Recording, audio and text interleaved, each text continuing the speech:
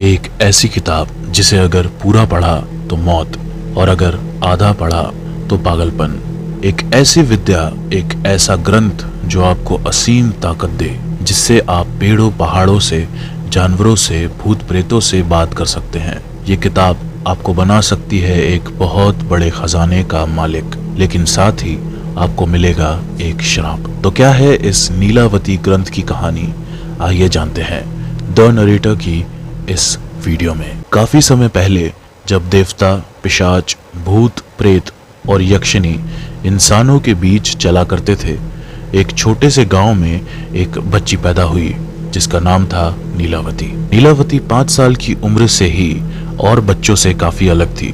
वो जानवरों से बात कर सकती थी। वो उनकी मदद से पुराने खजाने, हीरे मोती सबका पता लगा सकती थी। हालांकि उसे इन सब चीजों में बिल्कुल भी रुचि नहीं थी। उसे अगर किसी चीज की भूख थी तो वो थी सिर्फ और सिर्फ ज्ञान की। वो जैसे जैसे बड़ी हुई उसकी शक्तियां और बढ़ने लगी। अब वो भूत प्रेतों और पिशाचों से भी बात कर सकती थी। वो उसके सपने में आते थे और उसे ब्रह्मांड के नए नए राज बताते थे। एक रात उन्होंने उसे बताया कि वो एक यक्षिणी है, मतलब कुदरत की एक ऐसी जीवात्मा जिसमें देवी की तरह असीम ताकत होती है, मगर फिर भी वो इंसानों के बीच उनकी तरह रह सकती हैं। उन जीवों ने उसे बताया कि अपनी यक्षिणी शक्तियों को पूरी तरह पाने के लिए उसे एक पेड़ के नीचे हर रात 3 साल तक साधना करनी होगी। सिर्फ तभी वो उस आयाम में जा पाएगी जहाँ सारे यक्षिणी रहते हैं। नीलावती समझ गई थी कि उसकी जिंदगी का क्या मकसद है।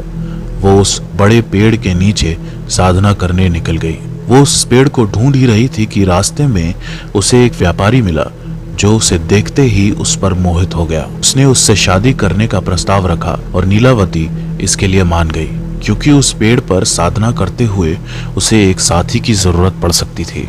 मगर उसने एक शर्त रखी कि जब वो रात को उस पेड़ पर साधना करने जाए तो वो उसे नहीं रोक सकता। व्यापारी ने अपने मोह में आकर उसकी हर शर्त को हाँ कह दिया। अब उन दोनों की शादी हो चुकी थी और नीलावती रोज रात को उस पेड़ के नीचे साधना करने जाती और उसे हर रोज नए ज्ञान की प्राप्ति होती थी।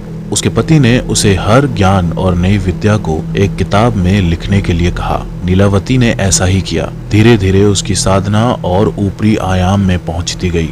अब उसे हर रात एक जानवर की बलि देनी पड़ती थी। अब क्योंकि वो जानवरों से पहले ही बात कर सकती थी तो उसे उन पर किसी तरह की जोर जबरदस्ती करने की जरूरत नहीं थी। लेकिन कुछ गांव वालों ने एक दिन उसे ऐसा करते हुए देख लिया और उन्हें लगा कि नीलावती कोई डायन या चुड़ैल है जो रात को पेड़ के नीचे आकर जादू टोना करती है और एक दिन उनके गांव के लोगों को वश में कर लेगी। तो वो लोग रात को उसे मारने के लिए बड़ी बड़ी मशालें लेकर उस पेड़ के पास पहुंचे। नीलावती इससे हैरान थी और उन गांव वालों ने उस पर हमला बोल दिया।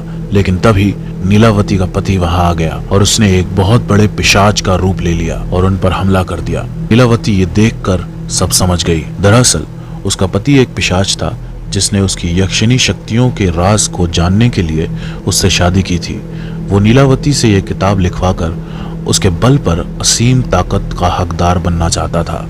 नीलावती ये सब जानकर बेहद गुस्सा हो गई और उसने वही श्राप दे डाला कि उसके लिखे इस ग्रंथ को जो भी पढ़ेगा वो उसकी चेतना को जगा देगा और वो खुद उसकी परीक्षा लेगी, और अगर वो उसके लायक नहीं हुआ तो वो उसे या तो मौत या फिर आजीवन पागल बना देगी। नीलावती के इसी श्राप के कारण उस ग्रंथ को जिसने भी पढ़ा वो या तो मारा गया या फिर पागल हो गया।